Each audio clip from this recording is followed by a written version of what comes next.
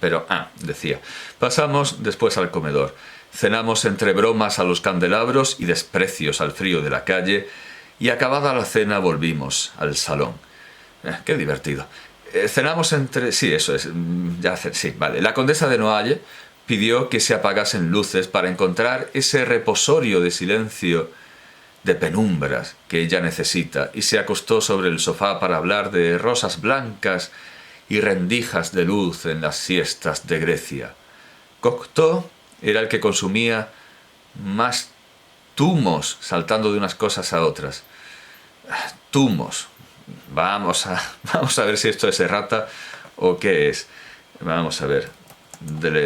Estoy como si estuviera dando mi clase. Así funciona. ¿Hay alguna palabra que no hayan entendido, etcétera? Tumo, del latín timum, que es con y y por lo tanto tan latino es tumo como timo. Y es efectivamente el tomillo, aunque asombrosamente tumo es solo usado según la academia, pero bueno, la Real Academia tampoco tiene, según esto, en Álava. Es un alavesismo, no sé. Tiene pinta de ser más errata. El que consumía más tumos. Max Jacob está citando a Cocteau. Max Jacob sostiene que su bisabuelo fue el que inventó las costumbres bretonas. Los museos, como ha dicho Picasso, están llenos de cuadros que fueron malos y que de pronto resultaron buenos. Todos estos son juicios de Cocteau. Hay que defenderse de los salones que están llenos de una luz que no hace sombras, como la de las candilejas. Ortega, de pie en el salón, se situaba con pocas y certeras palabras en el panorama de los grandes hombres, pero me temo que no va a recoger palabras de Ortega como sí ha recogido de Picasso. O sea, decía cosas brillantes. ¿Qué dijo? Yo qué sé, cosas brillantes. Mientras encontraba en Cocteau esa maravillosidad espiritual que sustituye su tupé rubio por la lengua de fuego del verbo sagrado y frívolo de la época. Cocteau volvía a flotar en la conversación. O sea, esto es un Ortega contra Cocteau. Cuando se milagriza una cosa, es de aquel que la milagriza. Victoria ponía su nuca y su espalda en el espejo como un magnífico reloj de seducción sobre el ábaco de la chimenea, distribuyendo los lazos del premio entre las cosas más difíciles y mejores que se iban diciendo. Los brazos enmascarados de la de Noailles recitaban palabras. Ortega elevaba los asuntos como si su rostro cetrino mirase a los soles que olvidábamos en una atmósfera de demasiado artificio. «Me ha llamado Rothschild por teléfono», insistía Cocteau, «para que me encargue del Teatro Pigalle. Yo he respondido que no se acuerdan de los poetas sino en los naufragios, pero que los poetas no tienen las mismas obligaciones que los ángeles de la guarda. También me han escrito hoy de Los Ángeles, ofreciéndome una gran cantidad para dar soluciones mágicas a los asuntos, pero yo abomino la luz de allá lejos». No se debe hacer caso a ese señor, recibe una respuesta, no se debe hacer caso a ese señor mezquindoso, no, creo que se responde el mismo. No, todo esto son sentencias brillantes de Cocteau. No se debe hacer caso a ese señor mezquindoso que dice: no hay que mirar a la victoria de Samotracia. Lo que tiene valor es una figurita que hay junto a ella. ¡Mentira! Lo que vale como uno de los pocos hallazgos de la humanidad es la victoria de Samotracia. Hay una época de ángeles, otra de mariposas, otra de ojos. Cada obra corresponde a un doctor diferente. Ese algo misterioso que tiene la pintura, esa poesía incomprensible y triunfadora que se envuelve en la pintura y que hace que un Seurat valga hoy 500.000 francos y un Rousseau cerca del millón. Pero claro, no sé a qué Rousseau se refiere. Si a Théodore Rousseau o a Rousseau el aduanero. Théodore Rousseau está completamente olvidado. Y no sé si el aduanero valdría cerca del millón, supongo. No lo sé. Yo hablaba buscando las palabras, vuelve Gómez de la Serna, yo hablaba buscando las palabras inauditas del francés para espantar al salón. Cocteau me comprendía, y la condesa, alegre como una niña, aceptaba mis paradojas. Victoria, como la reina de la pampa, tomaba más gravemente las cosas y desafiaba al espejo con la esbelta cascada de su espalda. La de Noailles, llegadas las 12:30, se puso en pie para irse. «Je vous défends de toucher le français de Ramon. Ne le corrigez jamais. Son français est un français plastique que j'aime. Cocteau, con esa extraña fraternidad que hay entre él y yo, como si yo fuese el hermano de buen año y él el flaco, defendió también mi francés, sosteniendo ya en la puerta que mis palabras francesas, bueno, supongo que Ramón, o sea, Ramón por excelencia, no hay aquí compadreo ni confianza, pronunciaría el francés más o menos como yo lo acabo de hacer. Je vous défends de toucher le français de Ramón. Ne le corrigez jamais, son français tan français, plastique que j'aime. Pues así lo pronunciaría, más o menos. Sosteniendo ya en la puerta que mis palabras francesas eran como esas bolas de colores que tiran todos los bolos que encuentran a su paso con una divertida iconoclastia contra las palabras demasiado tiesas del francés. Se fue en el coche de la condesa. Ortega, que siempre ha repetido frases de Cocteau con admiración, se quedó encantado de su espiritualidad inconfundible, estrella en la frente, y terminó la velada despidiéndonos los dos de Victoria Ocampo, que había sido la reina americana que había ofrecido a dos españoles, los mejores indígenas de París. Después de esa entrevista, Cocteau, cada vez más en candelero, repite sus poemas en bellas ediciones a 60.000 francos cada ejemplar. Escribe obras de teatro para el escenario de la fábula como La Belle et la Bête, que luego convirtió en película, y se produce cada vez más con... tuvo una etapa en la que estaba haciendo refritos de las obras de teatro de tiempos anteriores, y a pesar de ser refritos, como he dicho, merecen el elogio de los entendidos en cine, por sus hallazgos visuales. Que no sé si eran... Vamos, lo del agua no se podía hacer en el teatro, por ejemplo. Creo, a lo mejor tenían un tanque de agua, no lo sé. No, todo lo que se hace en el cine no se puede hacer en el teatro. No todo lo que se hace en el cine se puede hacer en el teatro. Bueno, como La Belle et la Bête, y se produce cada vez con más deseo de ser amado, poseído por la locura de la exactitud. Pues como él ha dicho, yo soy un mentiroso que dice siempre la verdad. Al salir del sanatorio de Saint-Cloud, donde le han extirpado su afición al opio, escribe este Opium, que hoy se publica en castellano, y lo ilustra con unos dibujos, lo hemos visto, esfinográficos que responden a la maravillosidad del libro, como va a ver el lector. Bueno, yo creo que todo lector que se precie sabe lo que es un dibujo esfinográfico, ¿verdad? Todos sabemos lo que es esfinográfico. Para no caer en una trampa para cazar osos y que sea una errata, voy a buscar esfinográfico. Estupendo, no viene. Pues como sea una errata, estamos listos. Esfino no viene. Vamos a ver en el corde. Como sea una errata, no tengo ni la menor idea de a qué palabra se puede estar refiriendo. Esfinor... Vale. Pues no. No, tiene que ser una errata. Bueno, vamos a ver. Voy a preguntar a San Google. Esfinografía. Esfinografía. A ver si va a ser un neologismo que se haya sacado de... No, sí, bueno, existe la espinografía, pero claro, es una radiografía de la espina dorsal. No, yo quiero esfino... Vamos a ver. Vamos a ver en Google libros, manual de ortopedia y traumatología, no solo existe... Madre mía, Ramón Gómez de la Serna, ¿en qué follones me mete? Esfinográfico. Voy a buscar esfinográfico. Bueno, qué bien. Está en la edición de este prólogo. Está en la edición de este prólogo en Revista de Occidente, 1931. Dibujos esfinográficos. Y parece ser un ápax. Absolutamente un ápax. Es un neologismo que Ramón Gómez de la Serna se ha sacado del... Bueno, es tal como lo digo. Solo aparece... Vamos a buscar esfinografía.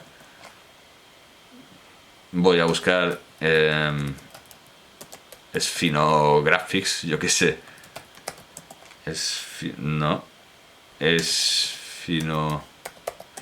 Esfinography. Vamos a inventarnos. Sí, existe. Estupendo. Bien. Existe y lo encuentro en The Phrenological Journal and Science of Health, en una revista de frenología, en una revista médica, psiquiátrica, frenológica. Vamos a ver. Las inscripciones cuneiformes, inscripciones cuneiformes son los registros monumentales y la literatura de los antiguos asirios, de los antiguos imperios asirios, de los antiguos imperios asirio, babilonio y persa. Son también llamados clariformes, cludiformes, en cabeza de punta de flecha y esfinogramas, sphinograms. La escritura también se llama esfinografía, sphinography. Bueno, pues ya está, o sphinography, yo qué sé, como, pero en suma, sphinography, o bueno, ya puestos, voy a buscarlo, pero es que solo sale en la revista frenológica. Bueno, voy a buscarlo en Google, pues no viene más, pero es un sinónimo de la escritura cuneiforme. Entonces se está llamando a los dibujos de Cocteau cuneiformes. Pero es un Apax que yo no sé de dónde se habrá sacado Ramón Gómez de la Serna. A lo mejor se lo ha sacado de esta revista de frenología, buscando los raros, ¿verdad? Como los condenados por Max Nordau. Qué hombre tan raro, por Dios. Unos dibujos esfinográficos. Y la esfinografía es la escritura cuneiforme, que responden a la maravillosidad del libro, como va a ver el lector. Su última creación ha sido una creación cinematográfica, pues Cocteau, sin ninguna novifobia, cree que el cine... Yo creo que estos años 30 en España, y bueno, estos años de entreguerras en general en España, están bien para un rato, pero tal cascada de frases ingeniosas y de neologismos de los Ramón Gómez de la Serna, de los Ortega, son poco llevaderos después de un rato. Sin ninguna novifobia, es que al final acaban hablando como Fray Gerundio de Campazas. Sin ninguna novifobia cree que el cine es la única arma de precisión que permite matar a la muerte. En eso se adelanta a la invención de Morel, que a su vez tiene como precedente El Castillo de los Cárpatos, la novela de Julio Verne. Subvencionado por los vizcondes de Noailles, su film, o sea, La sangre de un poeta, ha sido el escándalo de los salones de París, y en esos círculos cerrados a la moda de Londres se ha querido expulsar al aristócrata audaz, dando eso lugar a las más divertidas hablillas de aquella aristocracia conservadora y absurda. Bueno, pues yo tengo que decir que desde luego para el vizconde de Noailles y para la vizcondesa, de divertido esto no tuvo nada de divertido. Al vizconde lo expulsaron del Jockey Club. Su madre tuvo que ir al Vaticano a pedirle al Papa que no lo excomulgara, no tanto por La sangre de un poeta como por La edad de oro, que subvencionó al mismo tiempo. Le dio 1.000.000 de francos a Buñuel y 1.000.000 de francos a Cocteau. Y el 1.000.000 de francos a Buñuel se lo dio por intervención de Cocteau, porque Cocteau lo convenció. Aunque bueno, a ellos les había gustado por Dios, la navaja de afeitar, un perro andaluz.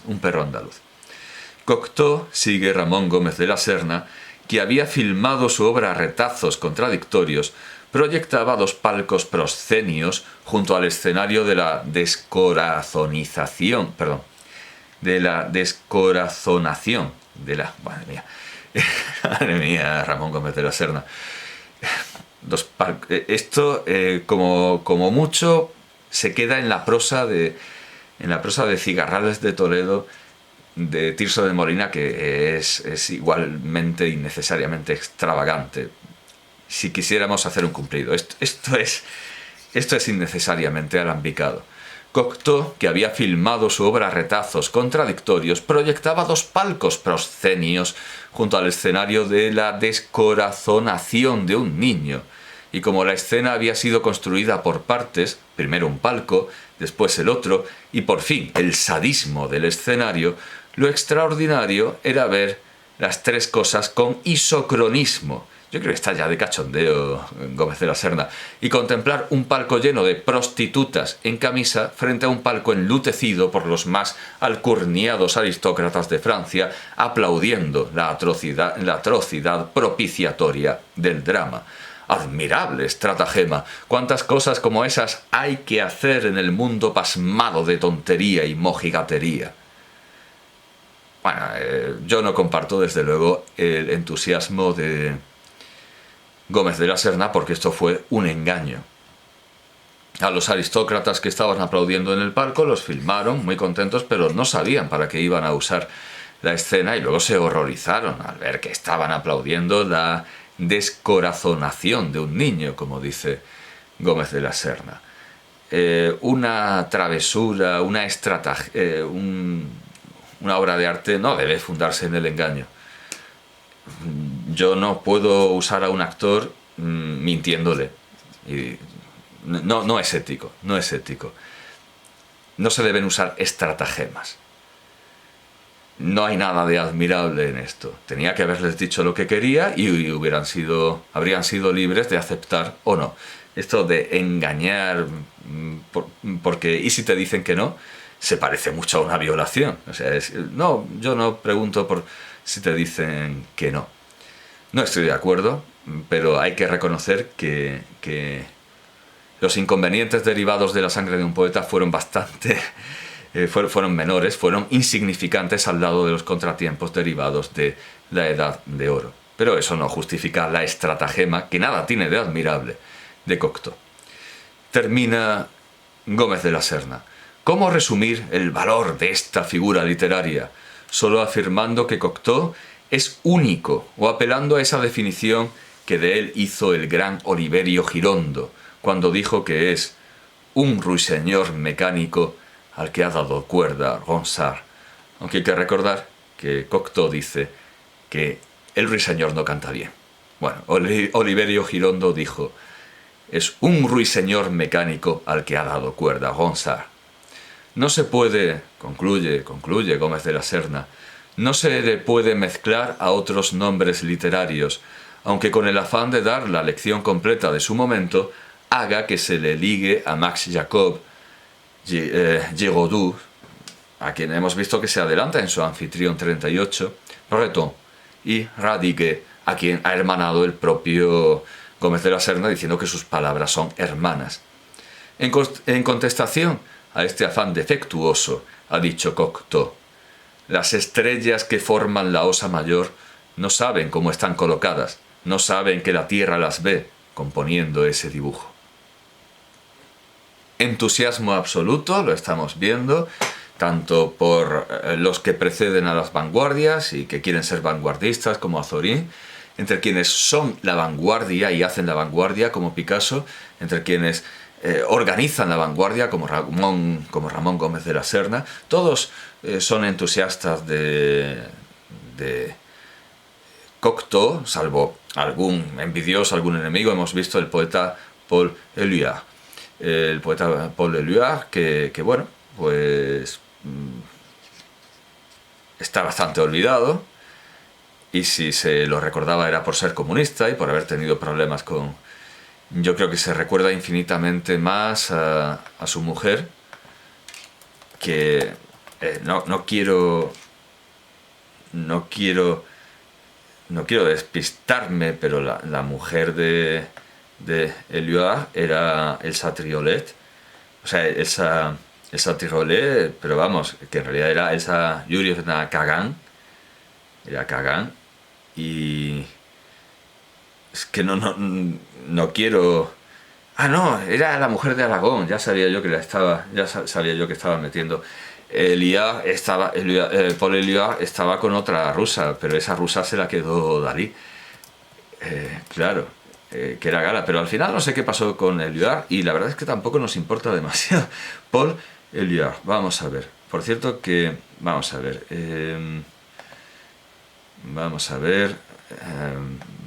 Paul Paul Éluard, que en realidad se llamaba Grendel. Grendel, o sea, Grendel, como el monstruo del poema de Beowulf, Grendel. Bueno, Randel. Bueno, es que a nosotros nos explicaron en el instituto que la I y la E nasal en francés se pronunciaban como una E. Pero ahora yo oigo a los parisinos pronunciar la I y la E, la I, sobre todo la I nasal como una A. Pero claro, los parisinos a lo mejor no son demasiado orientativos o orientadores, porque en el habla coloquial parisina UI se está empezando a decir otra vez UE, como si volviéramos a los tiempos anteriores a la Revolución Francesa. No, un segundo. Lo que se decía UE era hoy. Era el dialecto hoy, se pronunciaba UE, y luego durante la Revolución se pronunció UA, porque era la forma popular. Lo de UE es una innovación. El francés no es menos complicado que el español, con sus ninchis y sus palabras flor. Bueno, que ¿con quién se casó al final el Éluard? Pues no tengo ni idea. No lo sigo, no lo sigo en Instagram, no lo sigo en Twitter.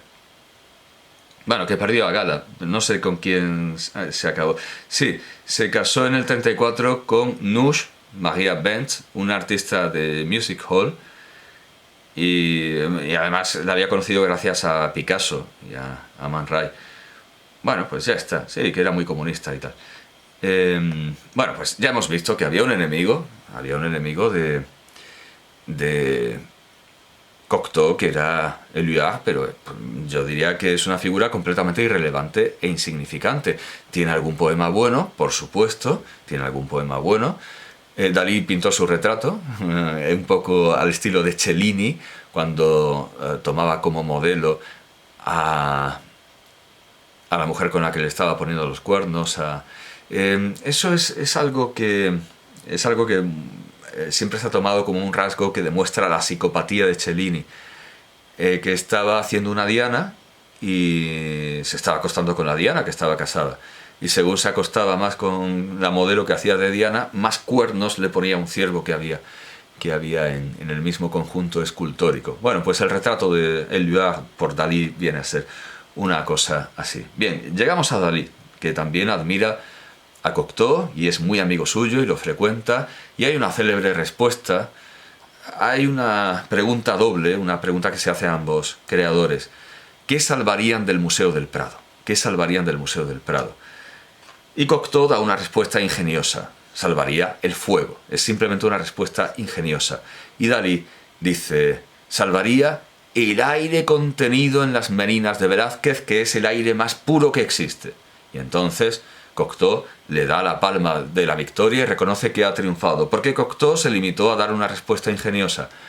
Pero Velázquez estaba señalando a una de las cosas más valiosas que había en el Museo del Prado y que por supuesto ya no está, porque se refería al aire, a la atmósfera creada por las veladuras que, como tanto lamentaba José Guillermo García Valdecasas, desaparecieron en una restauración. Limpiaron algo que no era suciedad, sino la veladura del propio Velázquez, que daba sentido al cuadro y que era ese aire, que es el aire de mayor calidad del mundo, que estaba contenido en las meninas y que ya no está, porque lo limpiaron, lo borraron, tal cual. Se cargaron el cuadro. Se cargaron el cuadro más valioso que hay en España, en una supuesta restauración del Museo del Prado.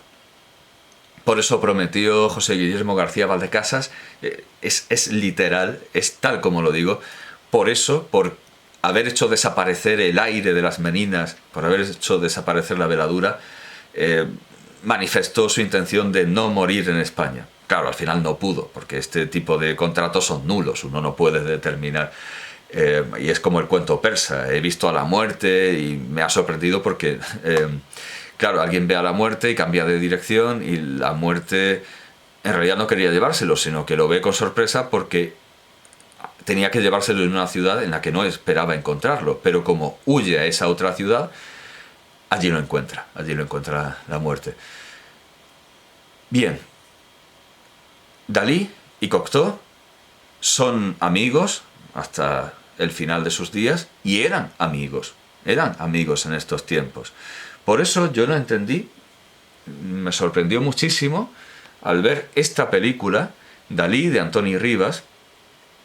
Bueno, no sé si habría que decir algo acerca de la película. Es una película, en primer lugar, protagonizada por Lorenzo Quinn, que en un principio estaba pensada para ser protagonizada por Robert De Niro, lo cual, bueno, está bien en ambos casos, porque Robert De Niro viene de familia de pintores, su familia, bueno, su padre ante todo, pero no solo, era pintor, y Lorenzo Quinn ha dejado la actuación y ahora es un escultor, y un escultor interesante. Entonces, tanto uno como otro estaban bien porque son artistas.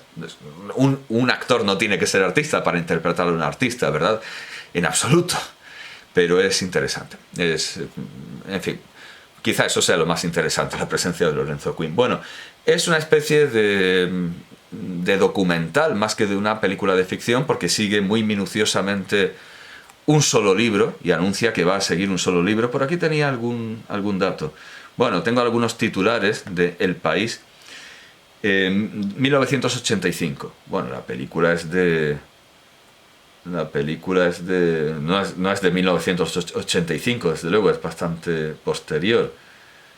Estoy intentando ver el año, pero estas cosas... 1990, o sea, 5 años. Este titular de El País de 1985, firmado en la ciudad condal, dice así: Dalí se opone a un proyecto de película de Antoni Rivas sobre el pintor. ¿Qué titular tan mal redactado? Dalí se opone a un proyecto de película de Antoni Rivas sobre él mismo, no sobre el pintor. ¿Sobre qué pintor? El pintor del que habla Cervantes, que tenía que poner este gallo. El pintor Orbaneja. No, Dalí se opone a una película sobre Dalí. Parece ser que legalmente no había ningún problema porque es una persona pública. Bueno, y al final la película, se dice aquí esto, que querían a Charlotte Rampling para Gala y a Robert De Niro para Dalí. Al final Charlotte Rampling no, la cambian por Sarah Douglas. Bueno, el siguiente titular es que la película se hace. La vida de Salvador Dalí, sin tilde, por cierto. ¡Oh, qué horror! Es un artículo de 1990. La vida de Salvador Dalí, llevada al cine por el director catalán Antoni Rivas, protagonizada por Lorenzo Quinn. Bueno, pues dice la película basarse exclusivamente en la vida secreta de Salvador Dalí, de 1942. Unas memorias en colaboración con un periodista. Se logra gracias a Carles Crosby y al periodista estadounidense de la revista Time, Tom Maloney. O sea, es más bien un libro de Maloney, pero con las palabras de Dalí. Bien, en teoría la única fuente de esta película es la vida secreta de Salvador Dalí.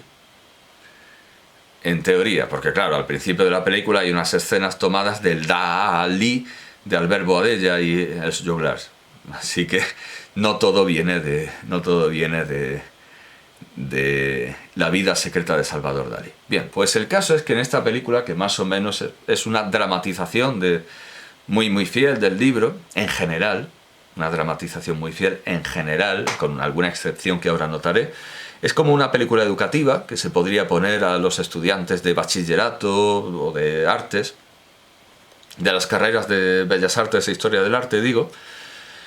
Una película muy poco profunda, muy descriptiva. O sea, es mejor leer el libro. Es como los novelistas rusos, es como los clásicos rusos. Yo no he podido terminar los hermanos Karamazov bueno, será un buen director, pero no he podido terminar esta película con Jules Briner y sí me he leído la novela. Pues lo mismo pasa aquí. Es mucho más divertido leer a Dalí en el libro que sigue, o en Olano, o en las conversaciones con Olano, los recuerdos de Olano. Siempre será más divertido que esto. Esto es más visual, ciertamente, pero el libro es más rápido y El primero de los libros de Olano que presenté estaba muy ilustrado y el material plástico está ahí. Bueno, ¿qué estaba buscando? Que ya no me acuerdo. He puesto en el buscador las